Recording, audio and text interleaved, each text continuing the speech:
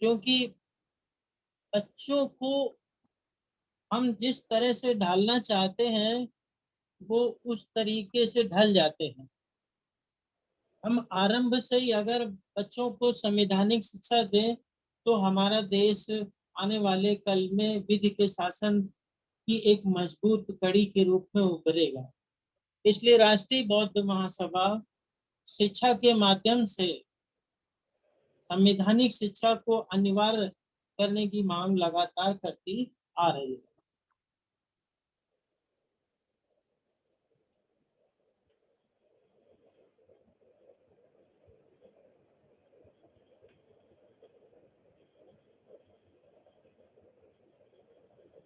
जैसा कि आप सभी लोग जानते हैं कि पिछले सोमवार को मैंने अनुसूचित जाति आयोग, national commission for schedule caste के ऊपर व्याख्यान दिया था।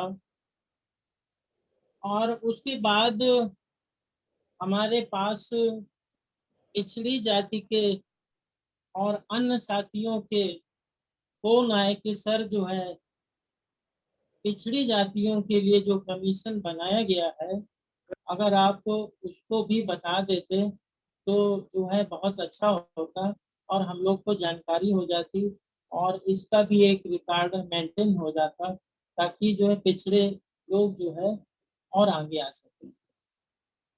तो कई लोगों ने फोन करके मुझे इस के लिए कहा और कई लोगों ने जो है मुझे जो है एसएमएस के जरिए ये बात कही।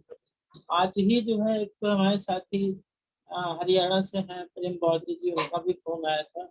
समय अभाव में मैं ज्यादा बात नहीं कर सकता क्योंकि क्लास का टाइम हो रहा था, 12:30 से मेरी क्लास 5 बजे तक चलती थी।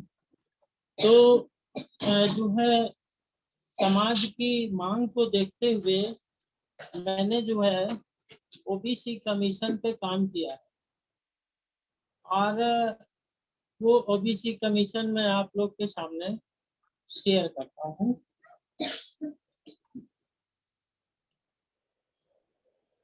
लेकिन एक महत्वपूर्ण जानकारी के साथ।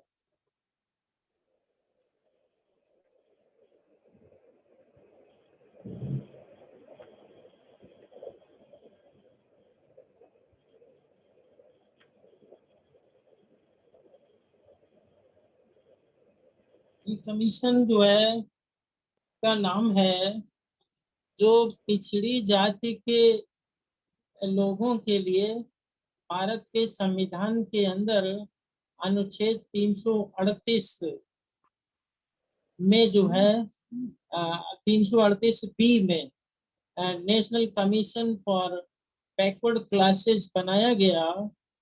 तो उसमें जो शब्द इस्तेमाल किया गया है कि who are backward in India and how you will decide that these communities are backward. What is the definition of the backwardness? पिछड़ेपन की परिभाषा क्या है? तो जब यहाँ से जो है वो आयोग स्टार्ट होता है कि आखिर जो है ये, एक मिनट में देख लूँ ठीक है। तो I was just telling you what is the definition of the backwardness. Bharat के अंदर जो है बैकवर्डनेस की जब परिभाषा की बात करें तो उसके हिस्टोरिकल बैकग्राउंड में जब मैं गया तो मैंने देखा साइमन कमीशन। साइमन कमीशन का नाम आप सब लोग ने सुना हो और जिस तरह से वो सुना है वो मेरे ख्याल से सभी ने सुना है, लेकिन जो है उसके तथ्यों से परिचित जितना है उससे ज्यादा होने की जरूरत है। तो सबसे पहले इसके हिस्टोरिकल बैकग्राउंड पे चर्चा करते हैं कि भारत के अंदर जब ब्रिटिश शासन था जब ब्रिटिश शासन था तो 1919 में माउंटेन्यू चैम्सफोर्ड रिफॉर्म जो है किया गया, और मार्टेन्गू चेम्सफोर्ड जो रिफॉर्म किया गया है, उस रिफॉर्म की के द्वारा जो है भारत में कितना सुधार हुआ, इस बात का पता लगाने के लिए उसी समय ये तय हो गया था कि 10 वर्ष बाद एक कमीशन बैठाला जाएगा और इस सुधार के संबंध में अवलोकन किया जाएगा। तो 1928 में साइमन नामक जो है, एक सर साइमन नामक एक ब्रिटिश पार्लियामेंट के मेंबर थे और काफी विद्वान व्यक्ति थे। उनकी लीडरशिप में 7 सदस्यों के साथ जो है एक कमीशन बनाया गया, और उस कमीशन का नाम साइमन कमीशन पड़ा। वह ब्रिटिश भारत के लिए विधिक आयोग के रूप में था, जिसे साइमन कमीशन कहा गया। इस साइमन कमीशन का आप लोगों को पता है कि जो है the commission was strongly opposed by national Indian National Congress. इस साइमन कमीशन का भारतीय कांग्रेस के द्वारा जो है प्रबल विरोध किया गया था। इसके अलावा जो है मुस्लिम लीग ने भी विरोध किया था, और जो है इसका विरोध इस तरह से हुआ था कि साइमन गो बैक, साइमन वापस आओ। जबकि साइमन भारत के लोगों से जो है मिलने के लिए आ रहा था, और वो जानना चाहता था कि जो मॉन्टेस्क्यू चेम्सफोर्ड रिफॉर्म हुआ था वो कितना प्रभावशाली रहा, और क्या क्या संवैधानिक संशोधन किए जाने चाहिए। इस संबंध में जानकारी लेने के लिए आ रहा था।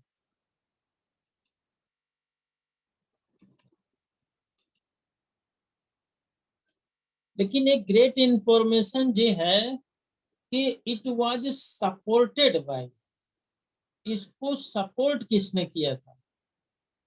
तो यू हैव टू नो कि it was supported by Indian great juristic. Indian great juristic कौन थे?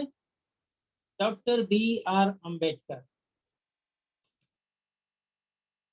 डॉक्टर बी आर अम्बेडकर जो कि भारत के महान विधि शास्त्री थे, उन्होंने और उनके साथ पेरियार ई वी रामास्वामी ने इस साइमन कमीशन को वेलकम किया। जहां एक तरफ साइमन गो बैक की बात हो रही थी, वहीं दूसरी तरफ जो है साइमन का वेलकम किया गया। ये जो तस्वीर आप देख रहे हैं, ये जो कर्सर मैं रख रहा हूँ मिडिल में, is great juristic doctor B R Ambedkar. ये जो है भारत के महान विधि शास्त्री डॉक्टर अम्बेडकर हैं। अगर बाबा साहब ने कानून का ज्ञान न हासिल किया होता, बाबा साहब ने अगर इतनी पढ़ाई नहीं की होती, संविधान का ज्ञान न होता, उन्हें जानकारी नहीं होती, तो शायद जो है ये जो साइमन थे, उनके सवालों का जवाब देना मुश्किल है। But doctor Ambedkar was very sharp, उनकी प्रिपरेशन बहुत अच्छी थी।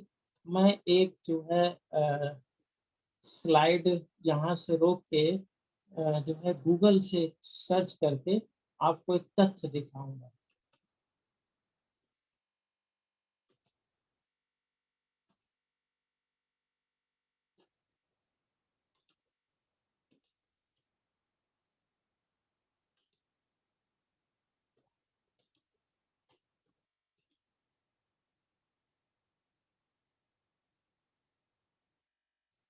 ये जो साइड है, इस साइट का नाम है bellywater.com।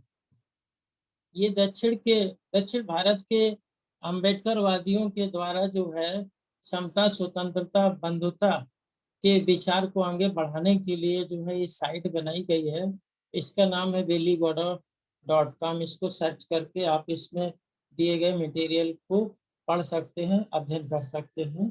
तो मैं bellywater.com की साइट खोला हूँ। लिखा हुआ है doctor Ambedkar and Simon commission, evidence of doctor Ambedkar before the Indian स्टेटरी commission. Doctor Ambedkar के और साइमन के बीच में 23 अक्टूबर 1928 को वार्ता हुई। और ये जो सवाल है पूछे गए, आप देखते जाइए, तीसरा, चौथा, पांचवा, छठा, इतने शार्प क्वेश्चन है और कितना शार्पली बाबा साहब अम्बेडकर ने जवाब दिया है। इस तरीके से कितने सारे सवाल जो है साइमन ने पूछे। और भारत की ग्रेट ज्यूरिस्टिक बाबा साहब अम्बेडकर को जो सिंबल ऑफ नॉलेज कहते हैं, वास्तव में वह भारत की सूरज के रूप में है। उन्होंने देखिए कितने सवाल जवाब दिए।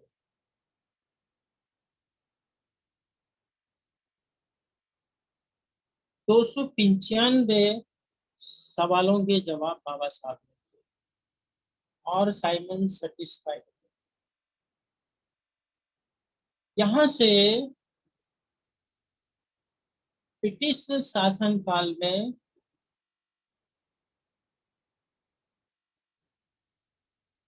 ब्रिटिश शासन काल में ब्रिटिश भारत में ये जो भारत के अनुसूचित जाति और अनुसूचित जनजाति और पिछड़े वर्गों को संविधान में अधिकार मिलने का बीज डाला बाबा साहब डॉक्टर बी आर अम्बेडकर ने। और जो सोशली और इकोनॉमिकली, जो सोशली और एजुकेशनली बैकवर्ड थे, जो सोशली और एजुकेशनली बैकवर्ड थे, उनको बैकवर्ड माना। तो ये स्क्रीन में बंद करता हूँ। इसके बाद जो बैकवर्डों की बात आती है, तब जो सामाजिक और शैक्षणिक दृष्टि से भारत के नागरिक बैकवर्ड थे, पिछड़े हुए थे, उन्हें पिछड़ा हुआ माना गया। उसके बाद काका कालेकर आयोग का गठन हुआ। उसके बाद फिर बीपी मंडल आया और बीपी मंडल आने के बाद जो है पिछड़े वर्गों को 27% रिजर्वेशन प्राप्त हुआ, जिसकी वजह से उनको आर्थिक और सामाजिक स्टेटस में बदलाव आया।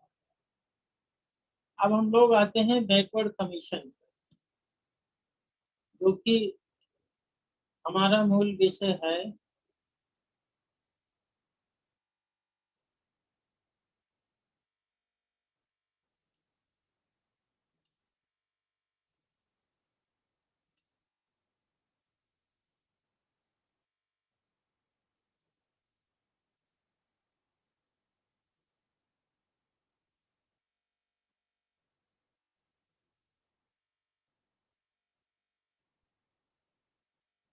ये है national commission for backward classes.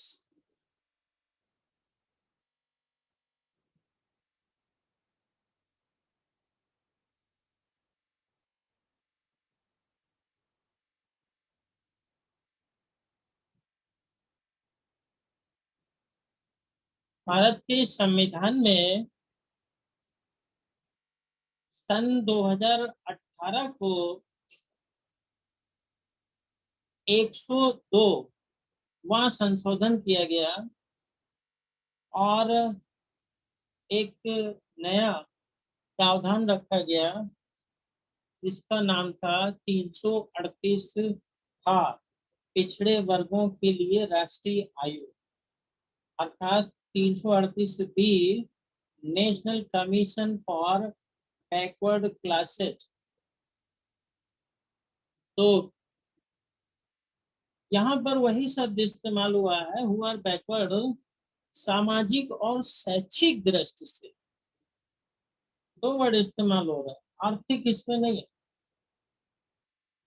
सामाजिक और शैक्षणिक, जो समाज में पिछड़ा हुआ है और जो शिक्षा में पिछड़ा हुआ है, उन वर्गों के लिए एक राष्ट्रीय पिछड़ा वर्ग आयोग होगा।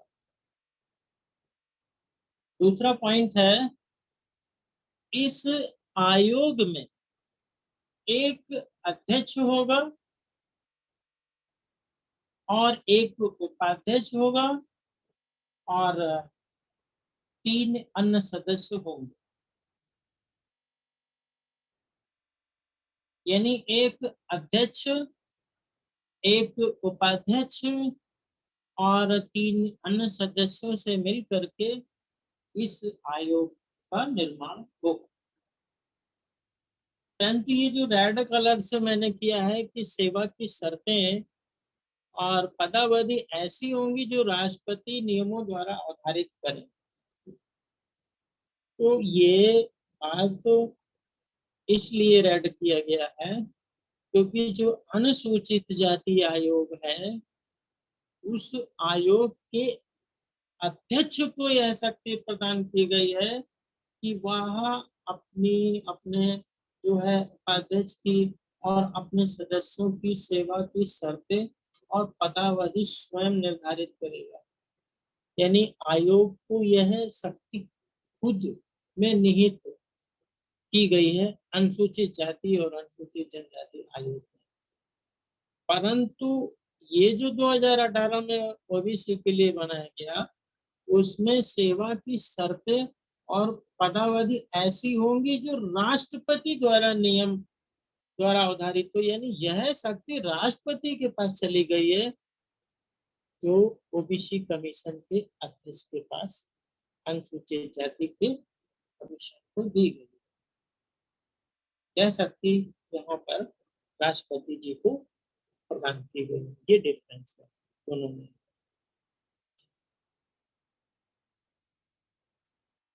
आयोग के अध्यक्ष, उपाध्यक्ष और सदस्यों की नियुक्ति माननीय राष्ट्रपति जी करेंगे। दूसरी बात यह है कि आयोग अपनी जो नियम है, जो शर्तें हैं, प्रक्रियाएं हैं, जो पूरा कैसे वर्किंग करेगा, उसकी प्रक्रिया को विनियमित करने की शक्ति होगी उसे। आयोग के पास जो ड्यूटी है, वो कौन कौन सी ड्यूटी है? पिछड़े वर्ग के आयोग के पास भी वही कर्तव्य है। पहला कि भारत के संविधान के अंदर जो और जो है भारत में प्रवृत्त दूसरी विधियां, यानी जो भारत का संविधान है, उस संविधान में जो सेफगार्ड से संबंधित कानून है, रक्षोपाय, और जो दूसरे भारत में एक्ट पास हुए हैं, उसमें जो सेफगार्ड से संबंधित विधियां हैं, उन विधियों के विषयों का अन्वेषण, इन्वेस्टिगेशन और मॉनिटर का काम आयोग करेगा। यानी to investigate and to monitor, ये 2 शक्तियां यहाँ पे प्रदान की गई है।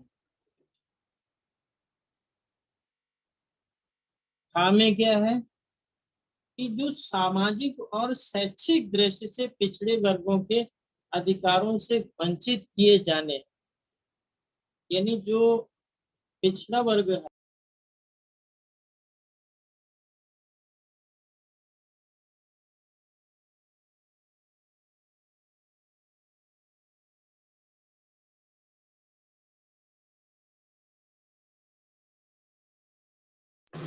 जो सेफ गार्ड से संबंधित विधियां हैं, उनके संबंध में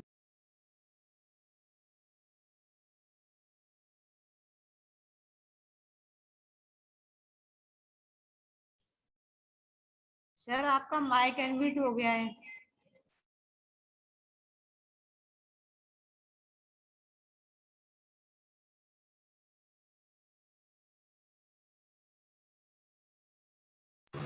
और इन्वेस्टिगेशन की जो शक्ति प्रदान की गई है वो काम में की गई है 5 काम में।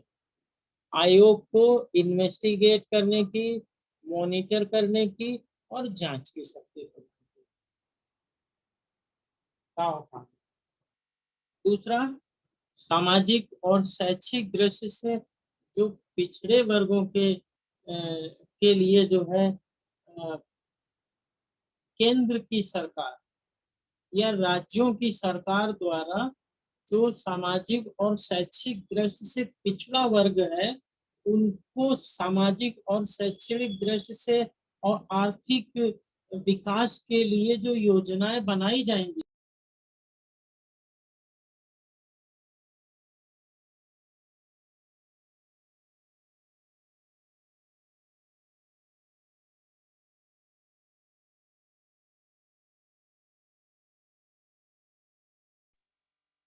सर आपकी माइक बंद हो गई है।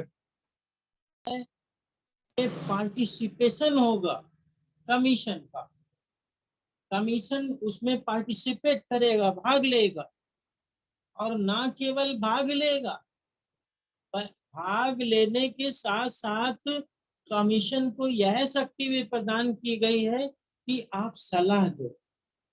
आप जो है सलाह दो केंद्र की सरकार को, राज्य की सरकार को, या दूसरा कोई ऐसी जो संस्था है जो सामाजिक आर्थिक विकास के लिए जो है कार्य करने जा रही है, उसको सलाह दो कि क्या योजनाएं बनाई जानी चाहिए।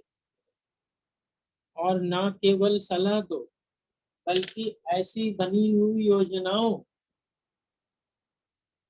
का क्रियान्वयन जब होता है, जब वो धरातल पे लाई जाती हैं, तो उनकी क्या प्रगति हुई, इसका मूल्यांकन भी पिछड़ा वर्ग आयोग करेगा। यानी सलाह देगा, पार्टिसिपेशन करेगा, भाग लेगा, सलाह देगा, और क्रियान्वयन जो होगा उनकी योजनाओं का, उसकी प्रगति का मूल्यांकन करेगा कि कितनी प्रोग्रेस हुई, बताओ भाई कितना पिछड़ा वर्ग को लोन मिला, कितना लोन मिला, आर्थिक विकास कितना हुआ, इनकम कितना, सामाजिक विकास हुआ, इस संबंध में उसे मूल्यांकन करने की शक्ति दी गई है। और जो वह कृत्य करेगा, सेफगार्ड से संबंधित जो विषय है उनकी रिपोर्ट वह राष्ट्रपति महोदय को साल में एक बार देगा ही, और वह अगर उचित समझे तो और भी समय समय पर माननीय राष्ट्रपति को यह कमीशन रिपोर्ट देता रहेगा।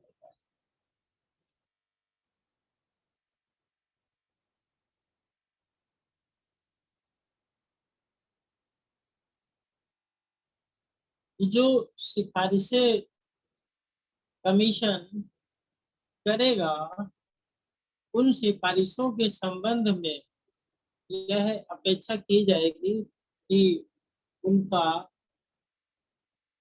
युक्त जो है तरीके से उनका क्रियान्वयन किया।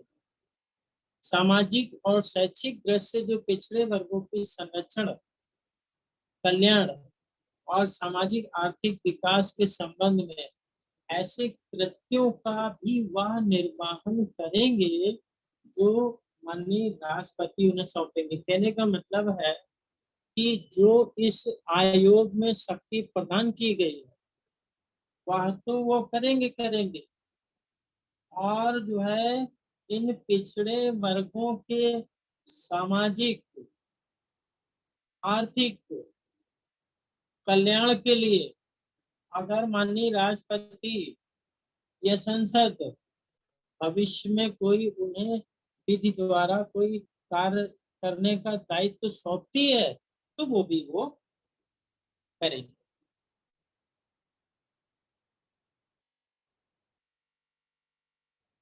अब माननीय राष्ट्रपति के समक्ष जो रिपोर्टें पिछड़े वर्ग के द्वारा आयोग के द्वारा प्रस्तुत की जाएगी, उन रिपोर्टों को माननीय राष्ट्रपति सदन में रखेंगे और सदन उस पर कार्रवाई करेगा।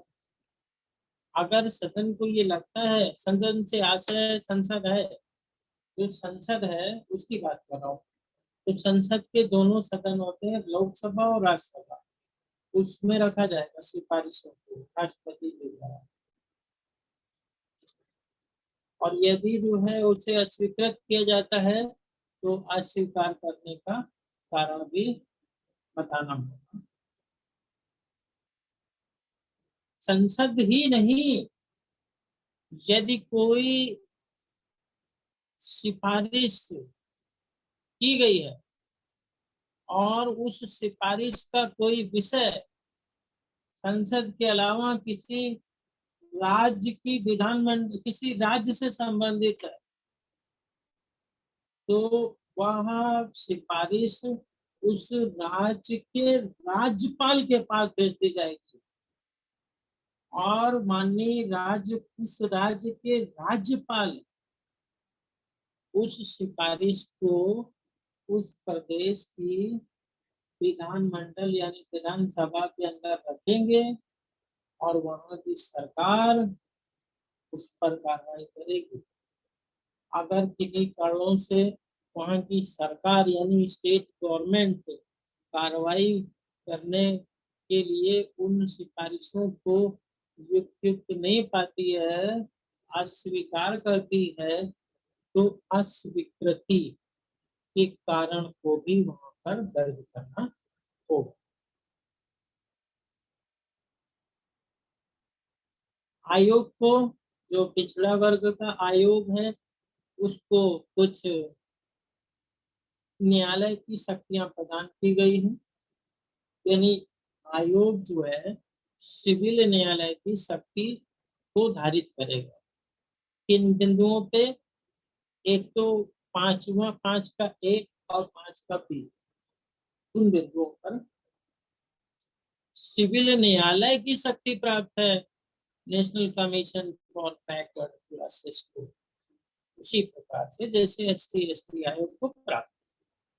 क्या क्या प्राप्त है? नंबर 1, सिविल न्यायालय की शक्ति में नंबर 1, भारत के किसी भी भाग में किसी भी व्यक्ति को समन किया जाएगा। समन से आशय है बुलाना, समन से आशय है बुलाना, यानी कि जब कोर्ट के अंदर कोई केस लाया जाता है तो उस केस में प्रथम पक्षकार होता है और द्वितीय पक्षकार का पता लिखा होता है, तो न्यायालय जो प्रथम पक्षकार के केस को तो, परंतु जो है वह दूसरे पक्षकार को नहीं सुन पाता है, तो दूसरे पक्षकार को बुलाया जाता है, समन किया जाता है। और समन के माध्यम से वह दूसरा पक्षकार भी आता है, दोनों पक्षकारों को सुन करके उन्हें उचित कार्रवाई करने का मौका मिलता है। इसलिए इस कमीशन को भी समन करने की शक्ति प्राप्त है और उन्हें हाजिर करने की भी शक्ति प्राप्त है और जो है शपथ करने की भी शक्ति प्राप्त है। इसके अलावा किसी दस्तावेज की खोज करने की शक्ति प्राप्त है, इन्वेस्टिगेट करने की तथा उसे पेश करने की अपेक्षा करने की शक्ति प्राप्त है। कोई दस्तावेज है, उसको खोजना है, खोजो, तो उसमें लगा दिया, जो प्रक्रिया उनके पास है, जो उनके पास साधन है, उसका इस्तेमाल करके उसको लगा दिया, हो जाएगा। और कोई दस्तावेज है किसी कार्यालय में है, उसको पेश करो, किसी व्यक्ति के पास है, पेश करो, आयोग को लाओ, क्योंकि उसको आयोग की जरूरत है। शपथ पत्रों पर साक्ष्य लेने की शक्ति प्राप्त है, यानी जो प्रथम पक्षकार आया उसने जो वाद पत्र दाखिल किया आयोग में, अपनी पूरी प्रार्थना पत्र बना के पूरा वाद पत्र दाखिल किया, तो वह उसके शपथ पत्र पे भी लेगा,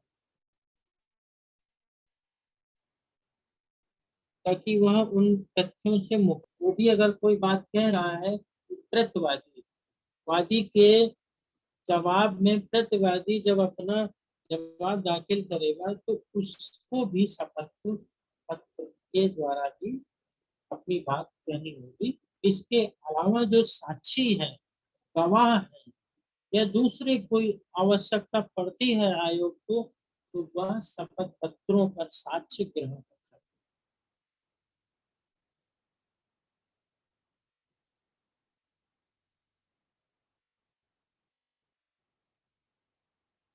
किसी भी न्यायालय या कार्यालय से किसी लोक अभिलेख या उसकी प्रति की अपेक्षा आयोग करेगा। यानी न्यायालय में अगर कोई या किसी भी कार्यालय, डिस्ट्रिक्ट कोर्ट हो, हाई कोर्ट हो, सुप्रीम कोर्ट, है ना, कोई भी कार्यालय हो, जिले लेवल का या प्रधानमंत्री लेवल का, यहाँ दो शब्द दिए गए हैं, न्यायालय और कार्यालय में। अगर लोक अभिलोक अभिलेख से संबंधित या उसकी प्रति की आवश्यकता है कमीशन को, तो वो उसकी अपेक्षा करेगा कि वो डॉक्यूमेंट आपको हमें उपलब्ध करा दीजिए। साक्षियों और दस्तावेजों की परीक्षा के लिए कमीशन निकालेगा। कमीशन क्या होता है? कमीशन ये होता है कि कमीशन निकालने का मतलब है कि कोई भी विवाद जब होता है, तो भौतिक रूप से सत्यापन करने के लिए न्यायालय किसी व्यक्ति को नियुक्त करता है कि आप इस केस में इन इन बिंदुओं की जाकर के भौतिक सत्यापन करके रिपोर्ट पेश करिए। जैसे सिविल मामला है, जमीन का मामला है, दो पार्टी है, एक पार्टी कहती है कि जमीन हमारी इतनी है, 4 बीघा है, और जो दूसरी पार्टी ने हमारी 1 बीघा कवर कर रखी है, और दूसरी पार्टी कहती नहीं, मैंने नहीं कवर कर रखी है। तो अब ये तो भौतिक सत्यापन कराना पड़ेगा, जांच का विषय है। तो जांच कौन करेगा? कमीशन करेगा। तो कोर्ट कमीशन निकालता है। अब जिस तरह से कोर्ट कमीशन निकालता है, वो कमिश्नर वहां पे जा करके पूरा चेक करके नपवा करके और अपनी पूरी रिपोर्ट बना करके कोर्ट में सबमिट करता है। उसी तरीके से यहाँ पर पिछड़े वर्ग के व्यक्ति, पिछड़े वर्ग के आयोग को भी कमीशन निकालने की शक्ति प्राप्त है, कि अगर उसको लगता है कि जो है कमीशन निकाल करके हमें सत्यापन कराना पड़ेगा, जांच करनी पड़ेगी कि मामला क्या है, तो वो निकाल सकेगा। ये शक्ति उसे प्राप्त है। ये बहुत महत्वपूर्ण है। और कोई अन्य विषय जो माननीय राष्ट्रपति द्वारा उनको प्रदान किया जाता है, उसकी लिबर्टी लेकर के वह उस पर भी काम करेंगे। इसके अलावा संघ और प्रत्येक राज्य सरकार, संघ की सरकार, संघ से आशा है केंद्र की सरकार, और प्रत्येक राज्य की सरकार जो स्टेट गवर्नमेंट होती है, सामाजिक और शैक्षणिक दृष्टि से जो पिछड़े वर्ग हैं, उनको प्रभावित करने वाली जो नीतियां बन रही हैं, अगर उन नीतियों की वजह से इन पिछड़े वर्गों के लोगों के ऊपर प्रभाव पड़ेगा, तो संघ को, यानी संघ की सरकार को, और जो राज्य की सरकार है, इन दोनों को किस पिछड़े वर्ग के आयोग से परामर्श करना होगा, परामर्श करेगी।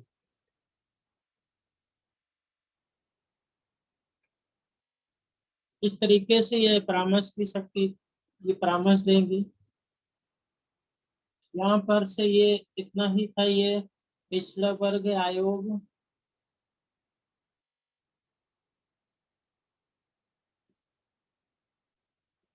यह पिछड़ा वर्ग आयोग पिछड़े वर्गों की सामाजिक और शैक्षिक दृष्टि से प्रोग्रेस कराने के उद्देश्य से बनाया गया था, जो कि यहाँ पे समाप्त होता है। कुछ लोग जो है अगर कुछ इसमें क्लियर करना चाहते हो तो पूछ सकते हैं।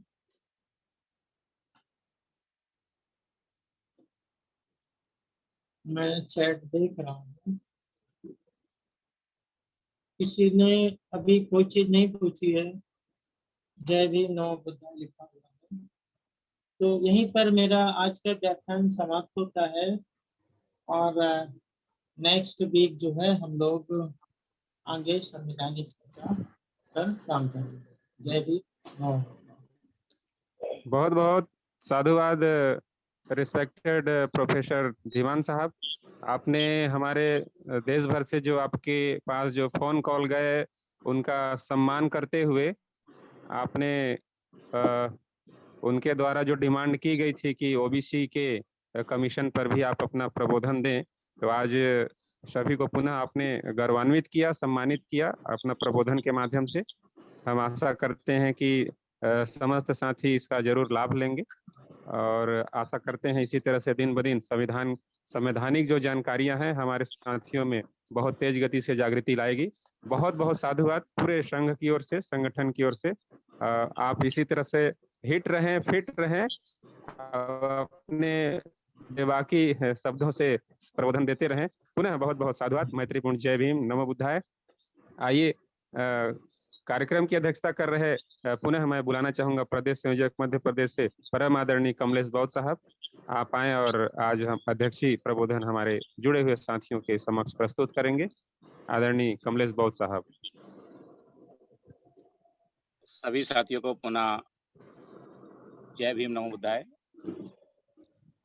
जैसा कि आज माननीय धीमान साहब ने ओबीसी कमीशन के बारे में बताया, बहुत ही महत्वपूर्ण जानकारियां हैं जो लोग संविधान के बारे में कुछ भी बोलते हैं पर उन्हें ये सब जानकारी नहीं होती है। तो माननीय धीमान साहब लगातार बहुत अच्छी जानकारी दे रहे हैं और मैं तो उनका बहुत बहुत साधुवाद ही करना चाहूँगा, क्योंकि लगातार एक नियमित समय पर आके और अपनी पूरी तैयारी के साथ जब वे अपनी बात रखते हैं तो पूरे देश में उनकी बात पहुंचती है और राष्ट्रीय बौद्ध महासभा के प्लेटफॉर्म से आज हम सब संविधान की जानकारी प्राप्त कर पा रहे हैं। तो सबसे महत्वपूर्ण बात, क्योंकि मैं इसलिए ये सब बातें समझता हूँ, जानता हूँ, क्योंकि मैं भी लॉ का स्टूडेंट रहा हूँ और मैंने भी लॉ की पढ़ाई की है। तो जितनी जटिल भाषा है, जितना समझ पाना मुश्किल होता है, क्योंकि लॉ की भाषा इतनी सरल नहीं है कि कोई भी किताब पढ़ लेगा, संविधान पढ़ लेगा और समझ में आ जाएगी बात। इतनी आसान नहीं होता समझना। कई बार उसको पढ़ना होता है, तब जाके कहीं समझ में हमें आता है कि क्या इसमें किसके अर्थ क्या है। तो इतनी सरलता से माननीय धीमान साहब समझाते हैं। मैं तो बस यही कहना चाहता हूँ, क्योंकि लगातार लोग जो मीटिंग से जुड़े रहते हैं, तो सभी साथियों से यही अनुरोध है कि जो धीमान साहब के द्वारा दी गई जानकारी है आपको यूट्यूब के माध्यम से प्राप्त होती है, तो इसको ज़्यादा से ज़्यादा शेयर करें और जो राष्ट्रीय बौद्ध महासभा का चैनल है उसको सब्सक्राइब भी करें, क्योंकि बड़े पैमाने पे हमें अपनी संगठन की भी बात पहुंचानी है। तो ये सब चीज़ें महत्वपूर्ण होती हैं। तो संविधान की सारी जो रिकॉर्डिंग्स हैं वो सारी यूट्यूब पर हैं, तो उन सबको हम जब लगातार लोग सब्सक्राइब करेंगे तो हम कई साथी जो नहीं पहले जुड़ पाए हैं, कई साथी जो पहले की माननीय धीमान साहब की क्लासें मिस कर गए हैं, तो उनके लिए भी वो सारी क्लासें जो हैं यूट्यूब पर उपलब्ध हैं। तो माननीय बादल साहब पूरा प्रयास करते हैं, तत्काल जो भी क्लास होती है, जो भी महत्वपूर्ण मीटिंग होती है उसको यूट्यूब पर डालते हैं। तो ऐसी स्थिति में सभी साथियों से मेरा अनुरोध है कि चैनल को सब्सक्राइब करें और चैनल को ज़्यादा से ज़्यादा जब आप शेयर करेंगे तो माननीय धीमान साहब को पूरा देश जानेगा, समझेगा और निश्चित ही संगठन का और हमारे जो सभी मेहनत कर साथी हैं, पदाधिकारी हैं, उनका मान बढ़ेगा। और इसी के साथ मैं अपनी बात समाप्त करता हूँ, क्योंकि आज संविधान का जो पाठ होता है वो उसी लिए होता है। अध्यक्षता तो सिर्फ एक फॉर्मल होती है और इसलिए मैं अपनी बात समाप्त करता हूँ। जय भीम, नमो बुद्धाय। सभी का बहुत बहुत साधुवाद। संचालक महोदय आपका भी साधुवाद। बहुत बहुत पुनः साधुवाद। आप लोगों का भी जो मार्गदर्शन है कीमती होता है और जुड़े हुए साथियों के लिए बहुत ही प्रेरणादायक होता है और हम अपनी औपचारिकता को, अपने संस्कारों को यूं ही हर कार्यक्रम में निभाते रहेंगे। तो हमारे साथ परम आदरणीय राष्ट्रीय अध्यक्ष हमारे साथ हैं, शायद उनका सेहत भी कुछ साथ नहीं दे रहा था। तो आदरणीय निवेदन है कि आप भी आके संक्षिप्त प्रबोधन कर आभार करते हुए कार्यक्रम का समापन करेंगे। परम आदरणीय अध्यक्ष महोदय। संत गुरुओं को नमन करते हुए बहुत बहुत धन्यवाद, बहुत बहुत आभार असिस्टेंट प्रोफेसर आदरणीय आरसी धीमान साहब का। उन्होंने पिछड़ा वर्ग आयोग के अधिकारों के बारे में जानकारी विशेष रूप से हमें दी, उनका बहुत बहुत आभार। आज की अध्यक्षता कर रहे हमारे मध्य प्रदेश के संयोजक सम्मानित संघ प्रिय कमलेश बौद्ध साहब, संचालक जी हमारे अशोक सोनवानी जी, हमारे राष्ट्रीय कार्यकारी अध्यक्ष जी और देश भर से जुड़े सभी साथियों का मैं बहुत बहुत आभार व्यक्त करता हूँ, धन्यवाद करता हूँ और निवेदन करना चाहता हूँ कि ये संविधान की चर्चा, अधिकारों की चर्चा यदि 50 वर्ष पहले शुरू हुई होती तो आज भारत का प्रत्येक नागरिक अपने अधिकारों के प्रति सक्षम होता, सशक्त होता, मजबूत होता और वो कहीं भी शोषित और पीड़ित नहीं रहता।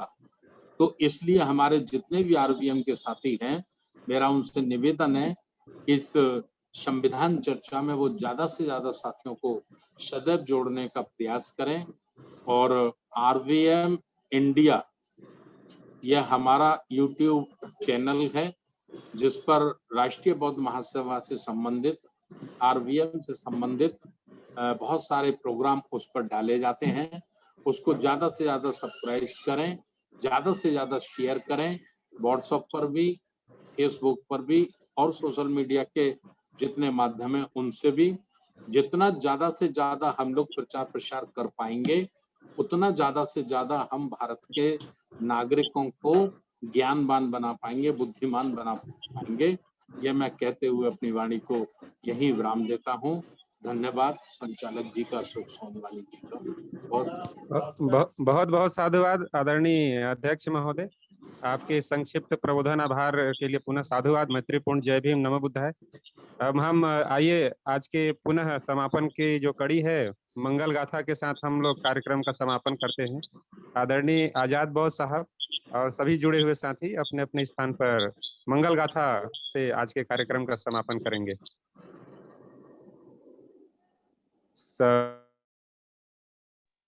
सब्बे सत्ता सुखी होन्तु चके मिनो सब्बे भद्रां पश्यन्तु मा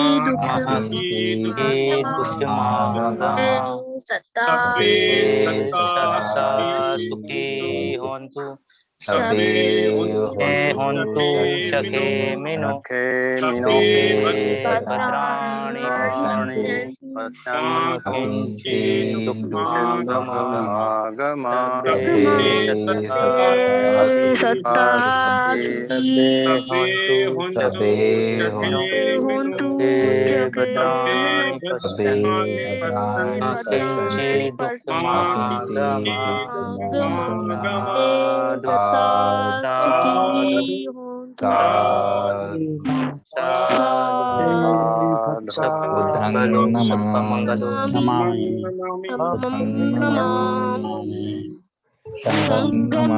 भद्राणि सभी को जय भीम, नमो बुद्धाय, जय प्रबुद्ध भारत। सबका मंगल हो, सबका मंगल। अभी से निवेदन है आगामी कार्यक्रम में अधिक से अधिक संख्या में जुड़े। मैत्रीपूर्ण जय भीम, नमो बुद्धाय। जय भीम नमो बुद्धाय में सिद्धार्थ बोध। जय भीम नमो बुद्धाय। जय भीम नमो बुद्धाय। जय भीम जय भीम नमो बुद्धाय। जय भीम नमो बुद्धाय में सिद्धार्थ बोध, सांची एमपी। जय भीम नमो बुद्धाय। जय भीम नमो बुद्धाय। नमो बुद्धाय। जय भीम नमो बुद्धाय सभी साथियों को।